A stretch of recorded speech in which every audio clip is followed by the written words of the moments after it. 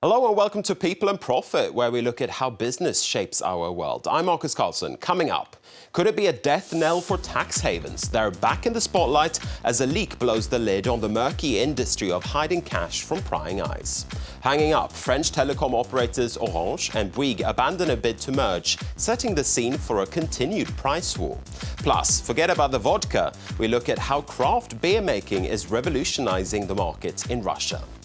First, though, to a bombshell revelation. A massive leak from the Panama-based law firm Mossack Fonseca has revealed how clients used its services to set up hundreds of thousands of offshore companies in tax havens. There's nothing illegal about that in itself, but the so-called Panama Papers raise suspicion that at least some of these offshore entities were created to dodge taxes. The scandal is putting the spotlight firmly back on tax havens. But where are they, and what exactly makes them shelters for secret deals?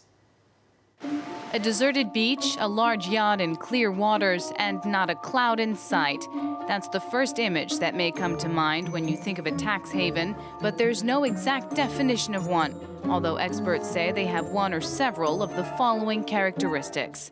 Little or no taxes, little or no information exchange with other countries, opaque governance, and few non-financial activities. No territory voluntarily calls itself a tax haven, and opinions differ on how many there are in the world. According to some measures, there could be 100 across the globe, but a blacklist published by the European Union last year is shorter. The controversial list is regularly updated, but critics say it's arbitrary and political. Among the 30 countries, more than a dozen are in the Caribbean and Central America. A handful are in Europe, and several are located in the Indian and Pacific Oceans. Starting in 2017, more than 80 countries have agreed to exchange names and bank account information automatically. The practice is meant to force tax havens out of the shadows, but the fight against fraud will still be far from over.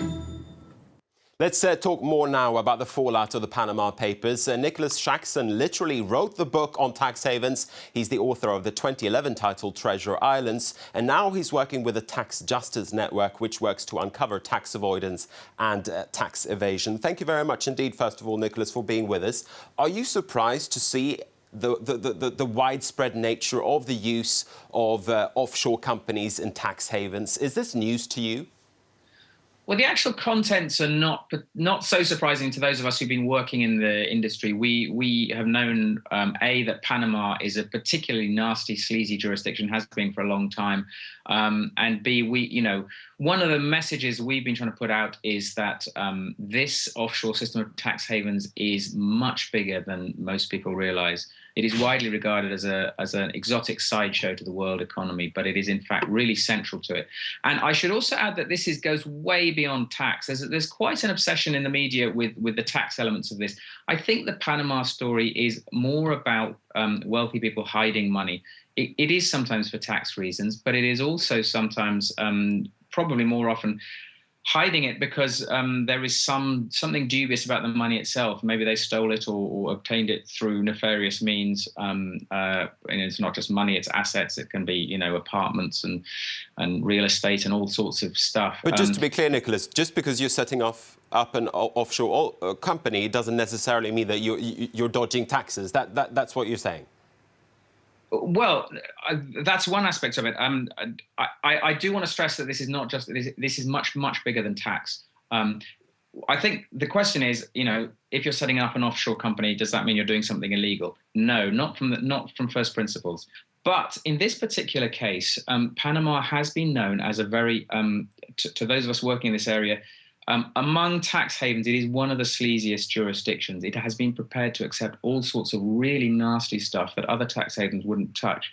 So if you are using a Panamanian law firm and setting up a company in Panama or using Panama somehow, that is ultimately going to raise a red flags. Why would you go for Panama? Why would you go for a Panamanian law firm when there are so many other alternatives available? And so that should raise some serious suspicions from the word go.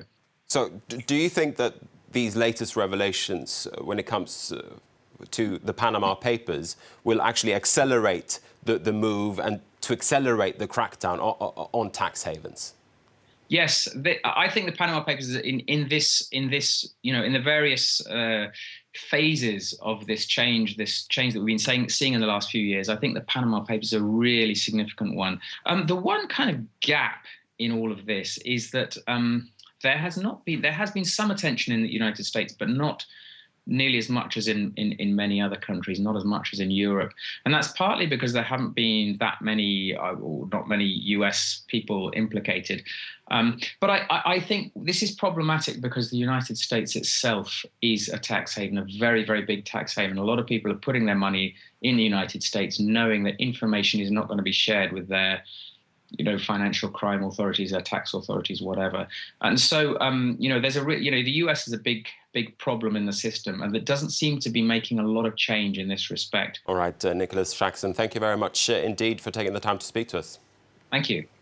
All right. Next, we're turning to France to ask whether a price war in the mobile phone sector is set to continue. A plan to merge Orange with the telecoms arm of the conglomerate Bouygues has fallen through. A deal could have reduced competition by bringing the number of French operators down from 4 to 3.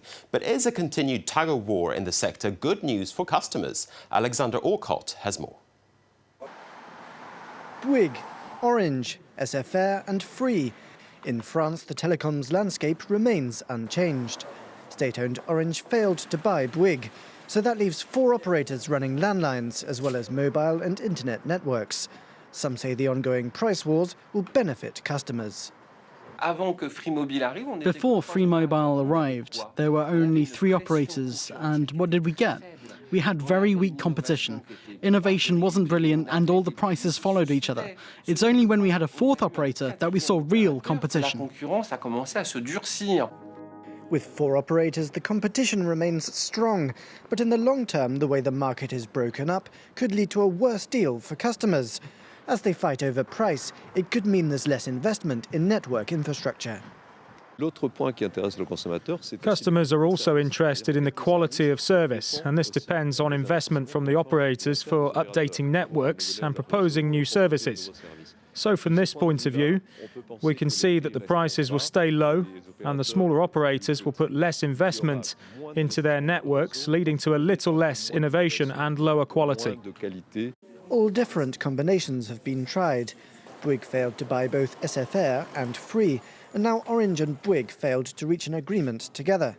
So for now at least, customers still have 4 operators fighting to bring them on board. And it's not just in France that telecom companies have been thinking about mergers. Stephen Carroll is here now with more on that. Stephen. Marcus, the consolidation trend is sweeping the European telecom sector. In the past 3 years, Ireland, Austria and Germany all saw the number of operators reduced from 4 to 3 as firms joined forces or sold out. And it's a trend that looks set to continue. The deals are being driven by the changing way that we're using our phones. We're calling and texting less and using more mobile data instead.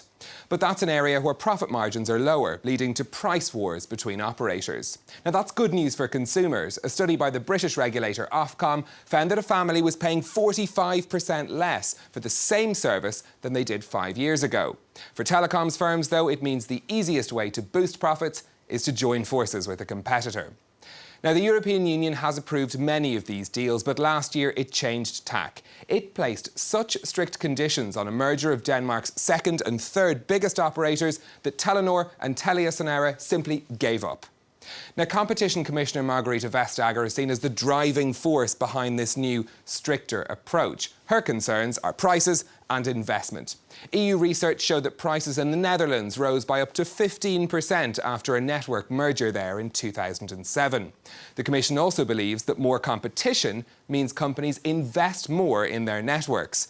But Commissioner Vestager has insisted, even quoting the De La Soul song, that there is no magic number of telecoms operators and that each merger would be examined on a case-by-case basis.